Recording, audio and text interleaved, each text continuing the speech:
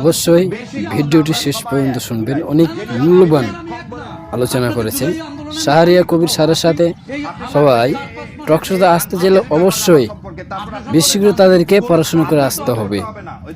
অনেকের চেয়ে আপনার জুলাই কিন্তু মিথ্যা কথা বলবেন। আমরা মিথ্যা কথা বলি না, আপনি মিথ্যা কথা বলবেন। আপনি মিথ্যা কথা বলবেন, এরকম মিথ্যা কথা বলতে একটু করবেন না।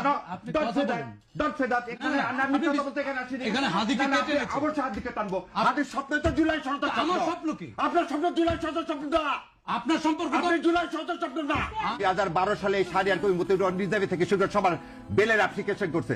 আজকের আমিরে জামাতের 13 সালে মুক্তি দিয়ে আসছেন, আর আপনি আজকে বলতেছেন বড় বড় কথা। ছাত্র অবস্থায় নিজের ছেলের দুধের টাকা বাদ দিয়ে টাকা পাঠাইছে এই জামাতে ইসলামকে। সেন্ট টেস্কোতে চাকরি করে ট্যাক্সি চালায়, তার কিছু টাকাতে পড়াশোনা করছে, কিছু টাকা এই সংগঠনকে দিছি। আর আপনার বলেন আমাদের নাই। এই যে 3 তারিখে এই যত লেখা পাবেন শাহবাগ থেকে ওই পর্যন্ত 5.5 লাখ টাকার খালি দিতে এই টাকা কবে যত লেখা পাবেন ঢাকা ইউনিভার্সিটির ওয়ালে তার চাকরির কালির টাকায় শাহরিয়ার কবির দেয়। আর আপনারা বলেন আমাদের যোগ্যতা। 2 তারিখে যখন সেরাটনের 30, 1, 2 সমস্ত ব্যারিস্টার থেকে নিয়ে মিটিং করে, এটাই শাহরিয়ার কবির। আপনারা বলেন নাই।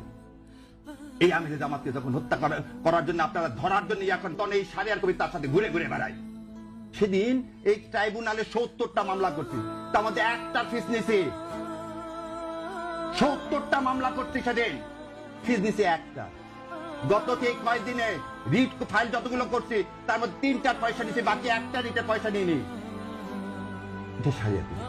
দাদা একদম স্টেটমেন্ট দিলাম আমিরে জামাতকে সাক্ষী রেখে। আল্লাহ তো জানে যা যা বললাম, যে কোর্টে খোঁজ করে দেখে 11 নম্বর কোর্টে প্রথম আমি এই Shahriar Kabir not to arrest not to harass করি, যাতে লোকগুলোকে জেল গেটে আটকায় রাখা না যায়।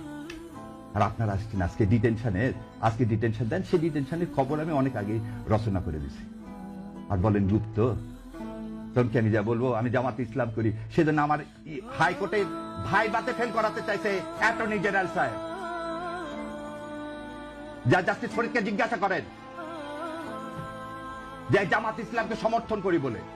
মীর কাসেম আলীর মুক্তির জন্য যখন পার্লামেন্টে করেছিলাম সেই ছবি